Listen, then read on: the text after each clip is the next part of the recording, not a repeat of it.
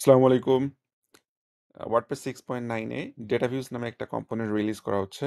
যে কম্পোনেন্টটার কাজ হবে বেসিক্যালি আ টেবিল, লিস্ট এবং গ্রিড ভিউ রিলেটেড হচ্ছে যত UI আছে সেগুলো নিয়ে কাজ করা। আ এবং ওখানে হচ্ছে লেআউট চেঞ্জ করা, সার্চ করা, ফিল্টার করা, সর্ট করা, তারপর হচ্ছে পেজিনেশন এবং ইনফিনিটি স্ক্রলিং মোটামুটি প্রয়োজনীয় যা অপশন দরকার এবং অপারেশন আছে সবগুলো নিয়ে হচ্ছে ওখানে ইনক্লুড করা আছে। তো আনফরচুনেটলি আমার ডেটাবেস কম্পোনেন্টটা নিয়ে কাজ করার সুযোগ হইছে। আমি একটা ড্যাশবোর্ডে কাজ করতেছি আমার একটা প্রজেক্টের। আ যেখানে হলো আমি আ সেটিংস প্যানেলটা অলরেডি ওয়ার্ডপ্রেস এর কম্পোনেন্ট ইউজ করে করছি এবং আমাদের মেম্বারশিপ নামে একটা সিস্টেম আছে প্লাগইনে যেটাও হচ্ছে আমি ডেটাবেস কম্পোনেন্টটা দিয়ে কমপ্লিট করছি। তো আমার এখানে খুব বেশি অপারেশন নাই। আমি যেটা করছি আমার এখানে যেহেতু আইটেম খুব কম থাকবে, মেম্বারশিপ খুব কম থাকবে। তো আমার এখানে পেজিনেশন নাই, ইনফিনিটি স্ক্রলিংও নাই এবং আমার ফিল্টার বা সার্চিং এরও কোনো অপশন প্রয়োজন হয় নাই। আমি যেটা শুধু রাখছি যে এখানে এড মেম্বারশিপে ক্লিক করলে একটা মোডাল ওপেন হবে। এখানে আমি যদি একটা মেম্বারশিপ এড করে দেখাই, যে আমি এখানে একটা মেম্বারশিপ এড করলাম এবং এটা এড মেম্বারশিপ দেওয়ার সঙ্গে একবার ইনস্ট্যান্টলি এড হয়ে গেল। হুম? এবং এখানে হচ্ছে নোটিফিকেশন দেখাচ্ছে যেটা ওয়ার্ডপ্রেস এর কম্পোনেন্ট স্ন্যাক বার দিয়ে করা।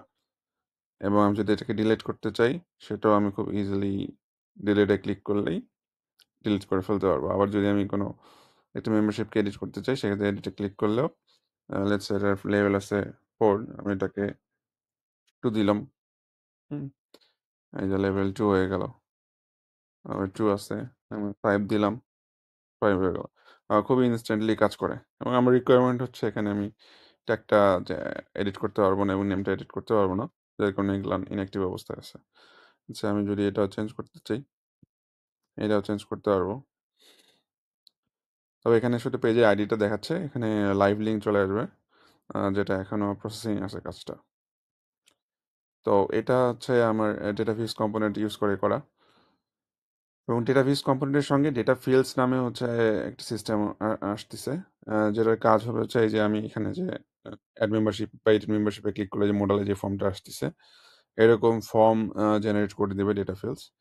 তো ওই data fields are data views এটা হচ্ছে কাইন্ড অফ কানেক্টেড, ইন্টারকানেক্টেড। তো ওখানে আমরা পিএইচপি দিয়ে যখন সেটিংস প্যানেল বানাইতাম তখন হচ্ছে যেটা হইতো যে একটা অ্যারেতে কনফিগারেশন দেওয়া লাগতো, কনফিগারেশনের উপর বেস করে হচ্ছে ফিল্ডটা তৈরি হতো, মানে ফর্ম সেটিংস ফর্মটা তৈরি হতো।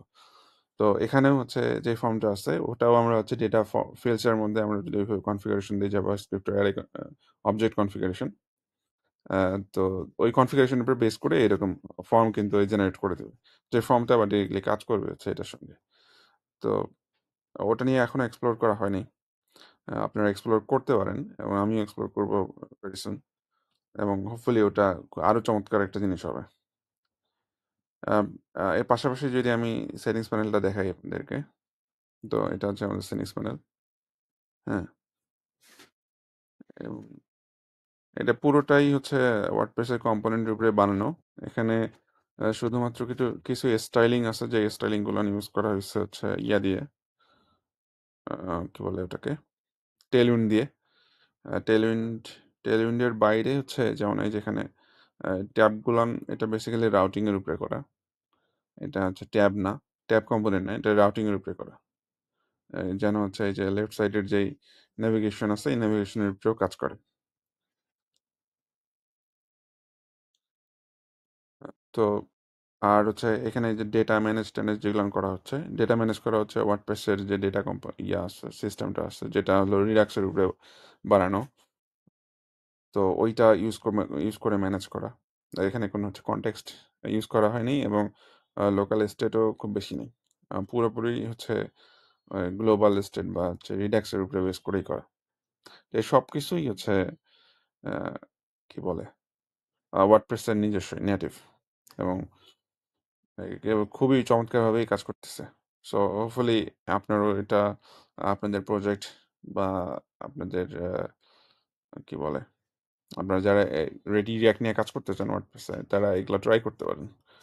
ওয়ার্ডপ্রেস ইকোসিস্টেমটা খুবই চমৎকার হয়েছে আগের থেকে। ধন্যবাদ।